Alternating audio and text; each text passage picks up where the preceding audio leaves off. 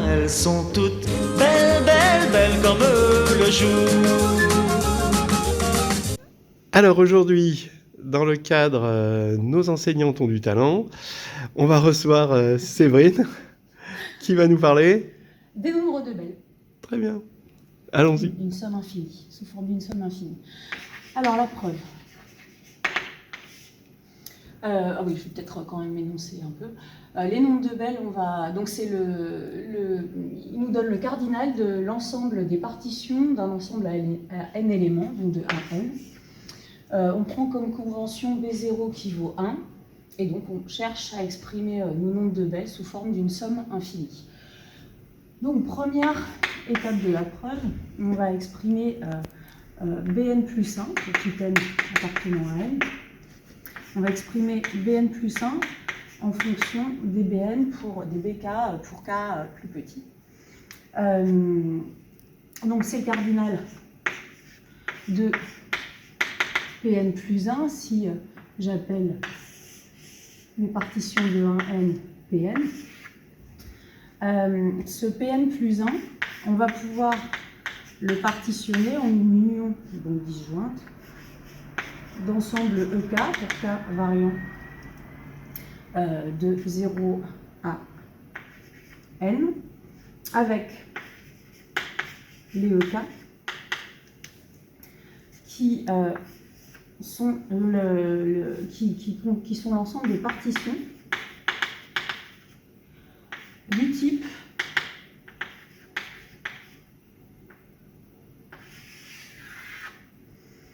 donc n plus 1 avec k autres éléments. Donc n plus 1 est dans une partie à k plus 1 éléments. Et nos n-k éléments restants à partitionner comme on veut. Donc on va avoir k parmi n façon de choisir nos k éléments qui sont dans la même partie que n plus 1. Et on va pouvoir partitionner les n-k éléments restants en bn-k partitions. Ce qui nous donne bn plus 1, comme les k sont une réunion disjointe, la somme pour k variant de 0 à n des cardinaux de EK, c'est-à-dire la somme pour k variant de 0 à n de k parmi n bn-k. Si on fait un petit changement d'indice en échangeant k et n-k, je garde toujours k. On se retrouve avec n-k parmi n, bk, mais comme n-k parmi n, c'est la même chose que k parmi n, on se retrouve avec la formule qu'on cherchait. Deuxième étape du raisonnement, grâce à cette formule, on va pouvoir montrer par récurrence que Bn est toujours plus petit que n factoriel.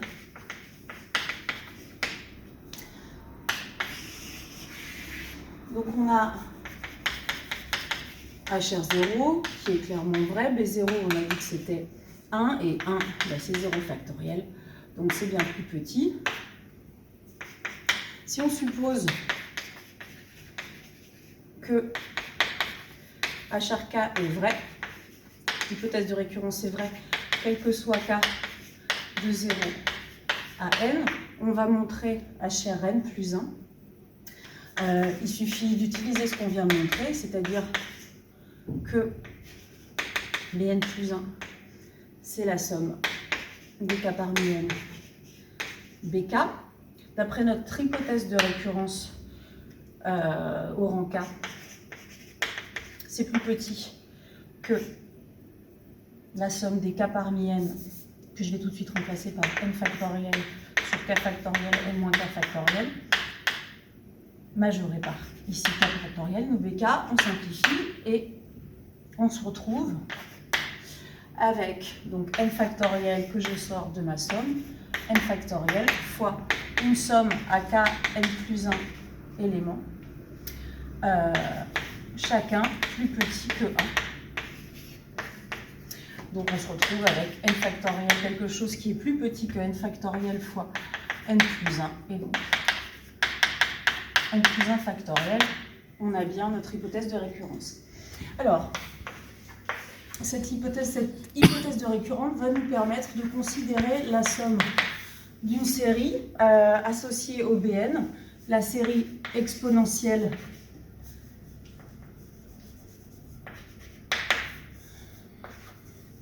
la série génératrice exponentielle associée au Bn. Pardon, hop, c'est une série réelle.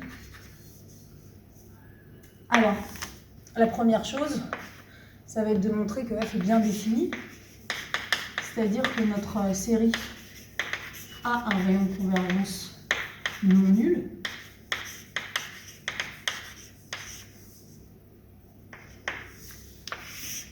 C'est le cas puisque on sait que d'après petit 2, Bn sur n factoriel est plus petit que 1.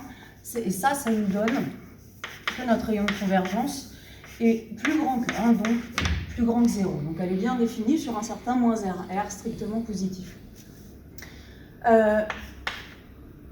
On va donc pouvoir dériver terme à terme notre somme f de x à l'intérieur de l'intervalle ouvert de convergence de façon à obtenir f solution d'une équation différentielle. Donc on le fait, on dérive terme à terme. Donc du coup ça va démarrer à 1. Bn xn-1 sur n factoriel. Si on réindice,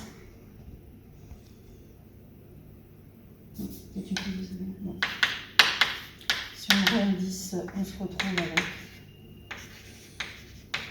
Bn plus 1 sur n factoriel xn. On va utiliser notre expression de Bn plus 1. On va donc se retrouver avec somme pour k variant de 0 à n de k parmi n bk xn. K parmi n, je vais le réécrire un petit peu mieux. On se retrouve donc avec f' de x qui est égal à la somme pour n égale 0 à plus l'infini de la somme pour k variant de 0 à n de n factoriel sur n moins k factoriel, notre 1 sur n factoriel et notre bk xn. Mais n factoriel se simplifie et on se retrouve avec la somme d'une série produite Cauchy de deux séries entières.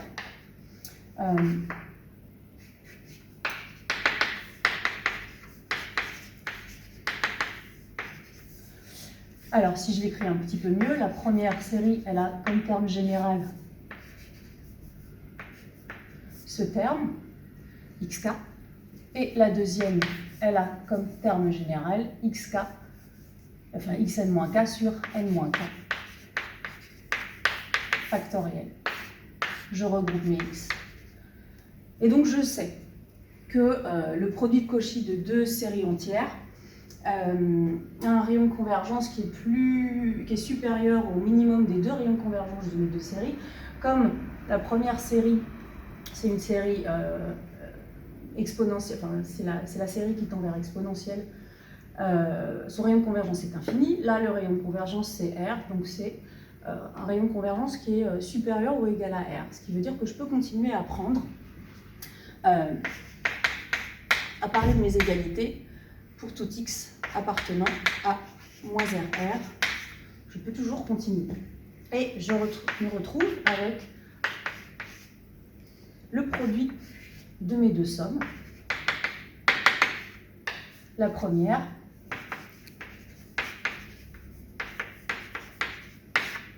je retrouve f de x multiplié par la deuxième, la série exponentielle.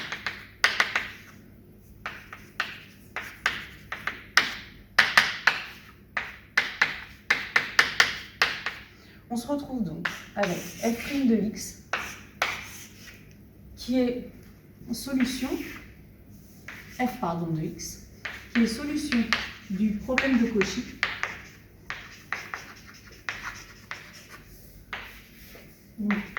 Une équation différentielle linéaire scalaire homogène du premier ordre avec la condition initiale y de 0 est égal à 1. On sait donc que notre fonction s'écrit comme une constante de l'exponentielle exponentielle x avec donc, notre condition initiale qui nous dit que c va être égal à fois, et qui nous donne que c va donc être égal à 1 sur e. Ça c'est toujours pour tout x appartenant à moins 1.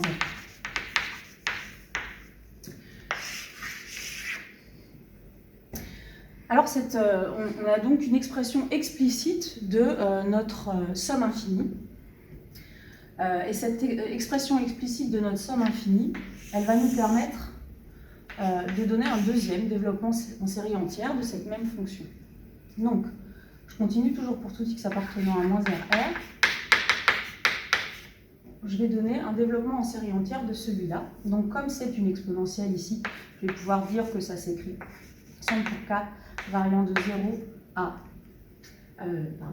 plus l'infini de exponentielle x puissance k sur k factoriel, exponentielle x, mon k, je vais pouvoir le mettre à l'intérieur et redonner un développement en série entière de exponentielle kx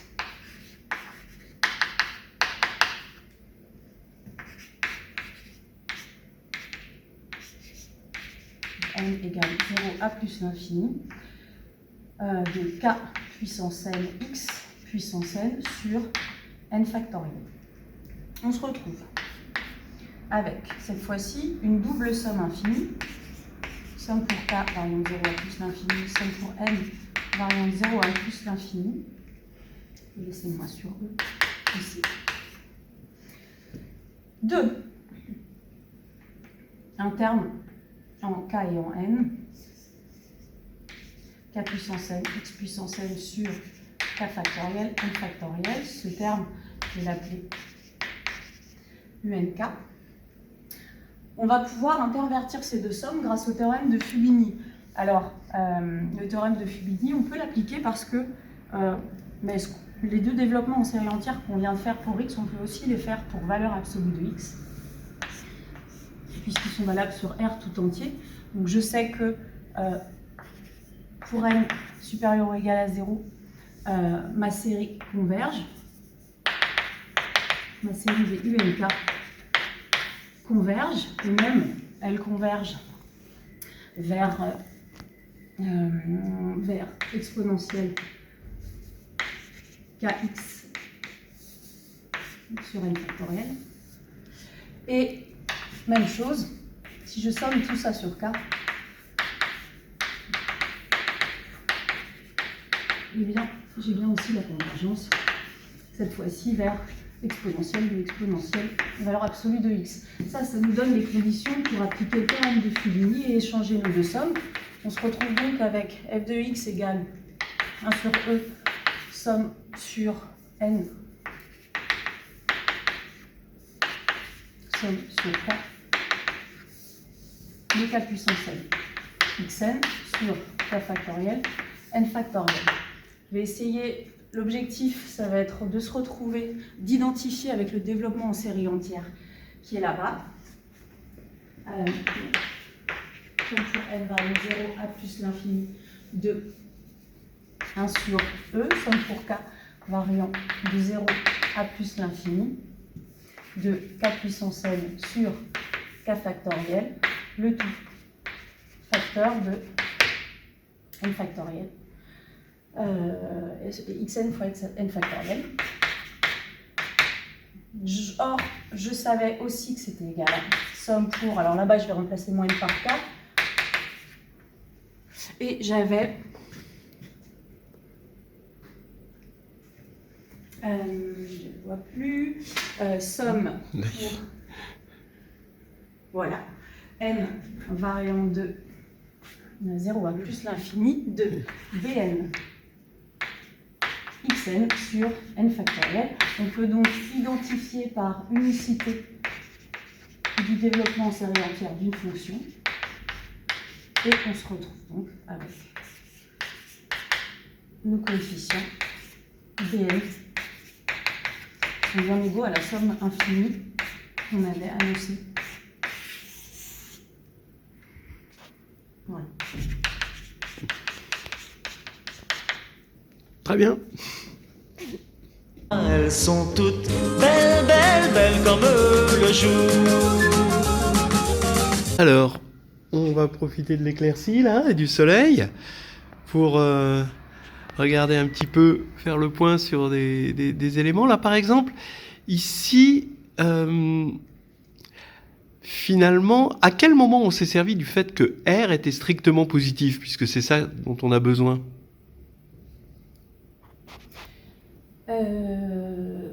À quel moment on sait... pour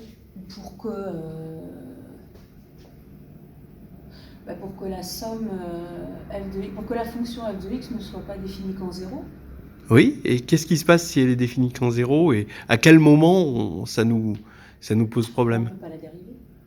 Oui, on ne peut pas la dériver. Ok. Maintenant, à propos de dérivée, la dérivée, tu as dérivé sous le signe somme. Hein, donc, qu'est-ce qui te permet de faire ça? Et c'est sur quel domaine qu'on peut faire ça, qu'on peut dériver? On peut dériver sous le signe somme une série entière à l'intérieur de l'intervalle ouvert de convergence. Oui. Et ça provient de quoi? Alors, ça provient de... quoi? Ça provient du fait qu'on a une convergence normale de la série entière, surtout compacte à l'intérieur de l'intervalle ouvert de convergence. Exactement. Ouais, très bien. Le produit de Cauchy là qui est exprimé en général, quand est-ce qu'on peut faire un produit de Cauchy? Qu'est-ce que ça demande sur les séries que l'on a effectivement dans le cadre des séries entières? Les séries, les deux séries, donc celles-ci doivent être absolument convergentes. Oui. Et c'est le cas, puisque on a absolue convergence toujours à l'intérieur de l'intervalle ouvert de convergence. Tout à fait. Ouais. Est-ce que tu peux expliquer maintenant pourquoi cette équation différentielle a pour solution y' moins exponentielle de xy a pour solution ce que tu dis, c'est-à-dire c exponentielle de x? Eh bien, on peut utiliser la méthode de variation de la constante. Et donc, on peut chercher une solution. Elle a l'air drôle, cette méthode. Sous la forme c de x exponentielle de exponentielle x. En dérivant, on va se rendre compte qu'on a c' de x exponentielle de exponentielle x plus c de x fois exponentielle x exponentielle de exponentielle x. Donc que si on fait y' de x moins exponentielle x de y de x, et ben on se retrouve avec ça moins ça, ça fait 0, et il nous reste c' de x exponentielle de exponentielle x égale à 0. Comme ça, c'est strictement positif. Ça nous donne que c' de x est nul et donc que c de x. C'est forcément une constante. Très bien. Ok, bon, alors après, il y a un Fubini sur les séries, c'est toujours des histoires de convergence absolue. Hein. Très bien. Est-ce qu'on peut dire maintenant des choses sur les nombres de Bell? Quels sont les premiers nombres de Bell? On peut... Donc on a B0, c'est par convention, c'est 1, donc on considère qu'on peut partitionner l'ensemble vide en une partie, en une partition. B1, eh ben, c'est 1 aussi parce que c'est l'ensemble des partitions d'un ensemble à un élément. B2, ben, l'ensemble 1, 2, je vais pouvoir le partitionner en un seul... oui, c'est le cardinal 2. Donc j'ai cette partition-là, mais aussi la partition 1, 2. Donc on fait 2 pour B2. Ensuite B3, le cardinal des partitions de 1 à 3. Donc je peux avoir une seule partie, je peux avoir 3 parties.